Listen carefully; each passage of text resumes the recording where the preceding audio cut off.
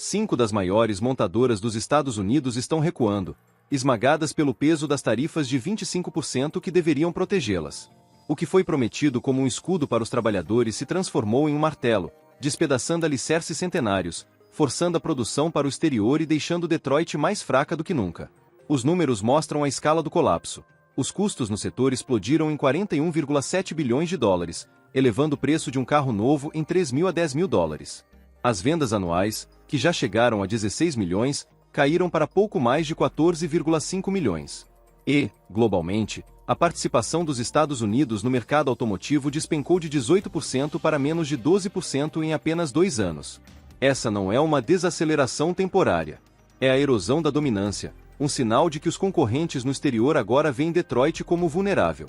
E aqui está a ironia cruel. Enquanto a indústria automobilística global perdeu quase 12 bilhões de dólares em valor, apenas as montadoras dos Estados Unidos estão arcando com um custo adicional de 18 bilhões de dólares.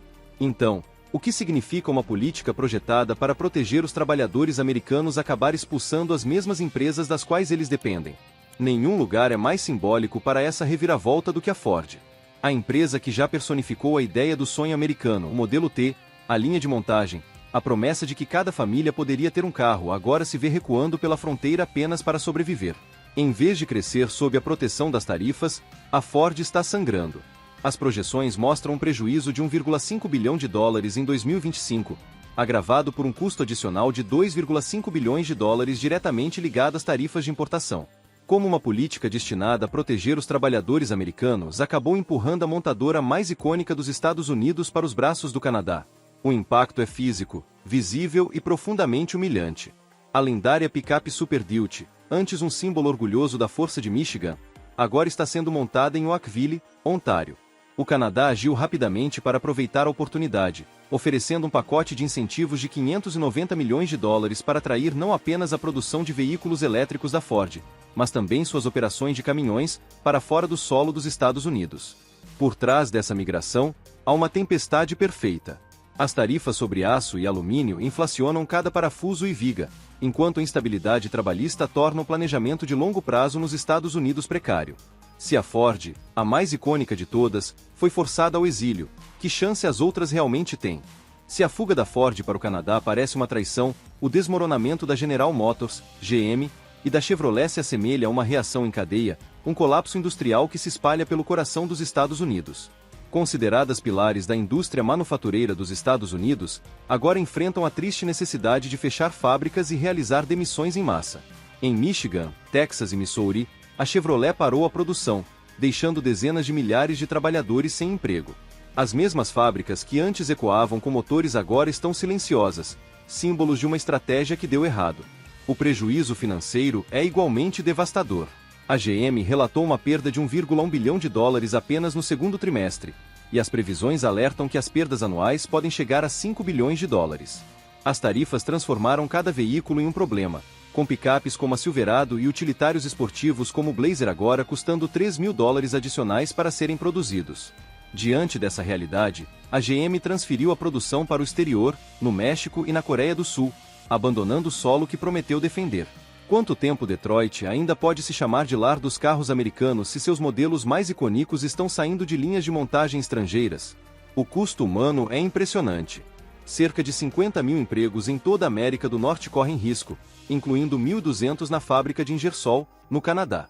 O que começou como uma política para garantir empregos, transformou-se em um êxodo, mergulhando comunidades antes estáveis na incerteza. E se a fuga da Ford e o desmoronamento da GM não fossem suficientes, o caso da Nissan expõe o quão brutais essas tarifas podem ser. Antes vista como uma rara história de sucesso estrangeira em solo americano, a Nissan foi de uma empresa lucrativa a maior vítima de todas. Em apenas um ano, a empresa cortou 20% de sua capacidade de produção nos Estados Unidos, relatando uma perda líquida impressionante de 4,5 bilhões de dólares.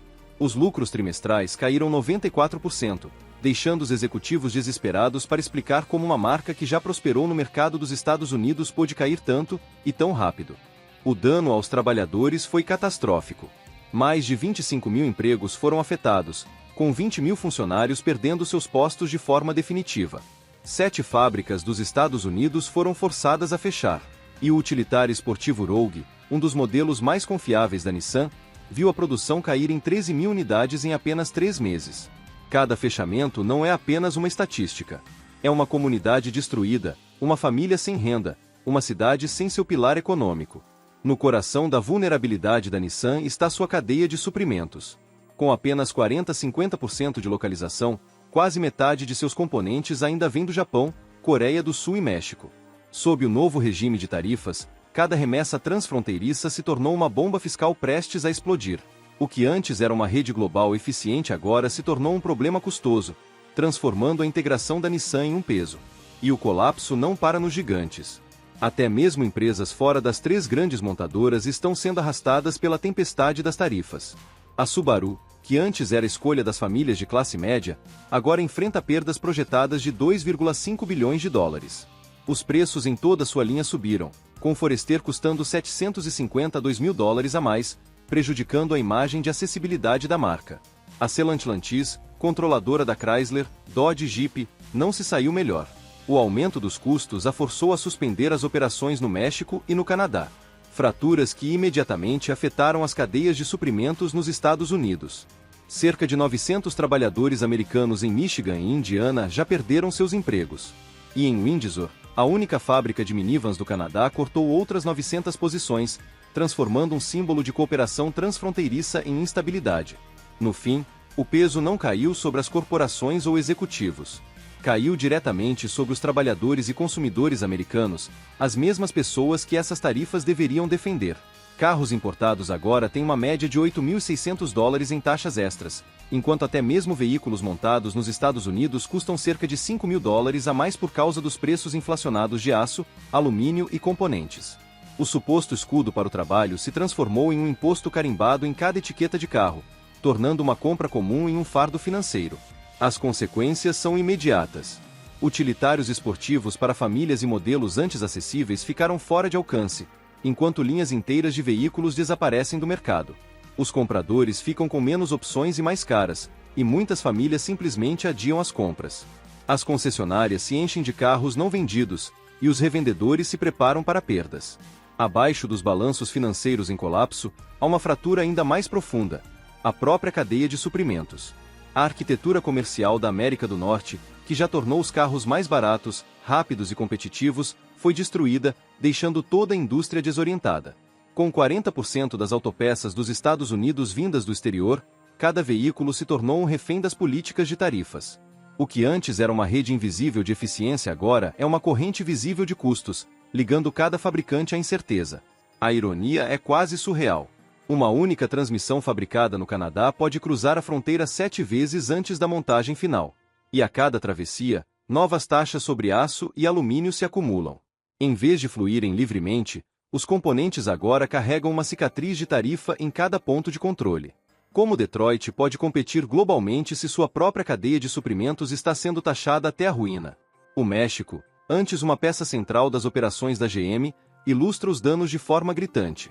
Quase 30 bilhões de dólares em componentes enviados anualmente para os Estados Unidos agora se tornaram um problema. Cada remessa eleva ainda mais os custos de produção.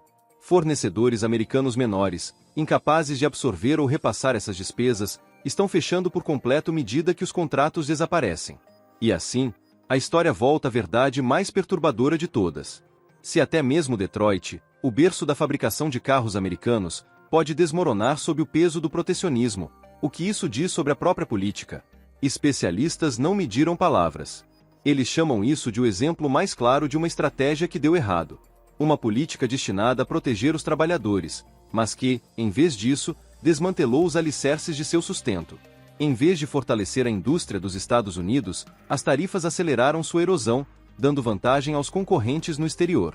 O Canadá, o México, a Coreia do Sul e a Europa estão herdando silenciosamente o que os Estados Unidos estão perdendo. O setor automotivo dos Estados Unidos agora enfrenta a perspectiva de uma longa recessão. Uma que afeta não apenas os lucros das empresas, mas também os empregos, a estabilidade das famílias e a segurança das cadeias de suprimentos. A pergunta final e assustadora permanece: se uma política protecionista pode destruir Detroit, que futuro resta para o chamado sonho americano? Deixe sua opinião nos comentários. Para continuar atualizado, veja o vídeo a seguir, tenho certeza que será perfeito para você.